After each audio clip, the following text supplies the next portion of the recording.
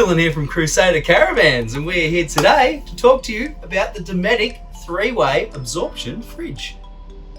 Alright, they come in two sizes, 188 litres and 224 litres. The fridge from the outside is vented through the roof, so the two thermostatically controlled fans that it come with really help to get that hot air out from behind the fridge and help it work more efficiently in those hotter climates. And on the inside of the van, it has a third fan. If we have a look in there, we can have a third fan. This fan up in here helps circulate the air through the fridge. So if we have a look here, you'll notice that now the new Dometic fridges have replaceable seals. So once these have come to the end of their life, you can simply just replace the seals and not have to replace the whole door. So that's quite handy. If we have a close look down here, the fridge door has a storage latch. So instead of having loose plastic clips that can get lost, you now have a little tab here we can flick out and allow for a bit of airflow when you're storing the fridge. That's both on the freezer door, and the fridge door also has that underneath. Turn that one out, there you go. Now let's talk about operating your fridge. So the fridge is controlled by one button, this center button here. Now to turn it on, you want to push it and hold it until it lights up.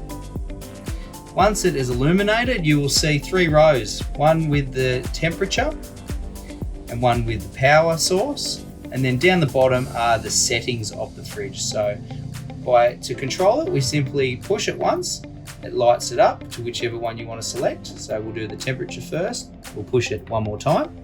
Once it's set there, you can set it to the coldest that the fridge goes, or you can drop it back a little bit. So we'll turn it right up for now.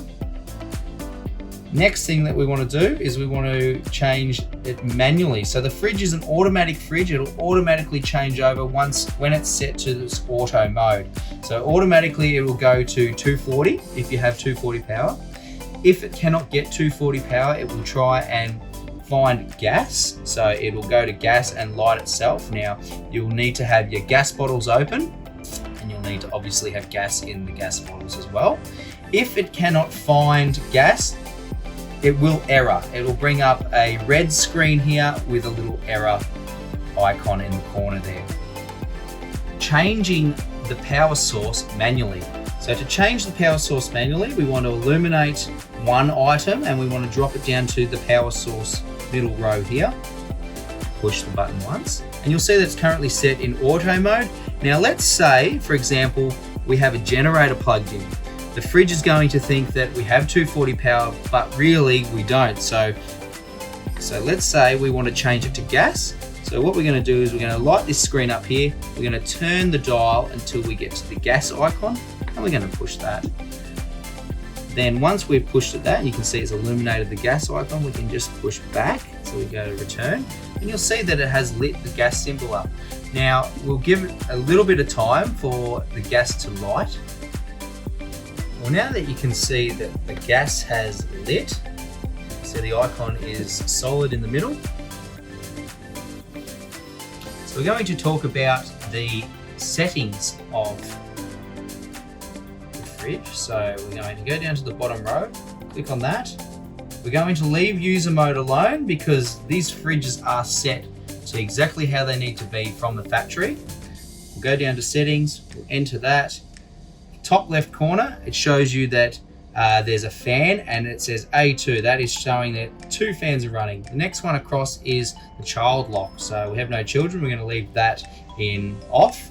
The next one is the element around the freezer. Now that is a big element right around the freezer to prevent it getting a buildup of ice. The next one is the sound. So if we want to turn this on, basically all that will do for us is allow the button to make a noise each time you turn. So we'll turn that on. The next one across is D+. Now that is an indicator that's saying the sensor wire for when you plug your car in.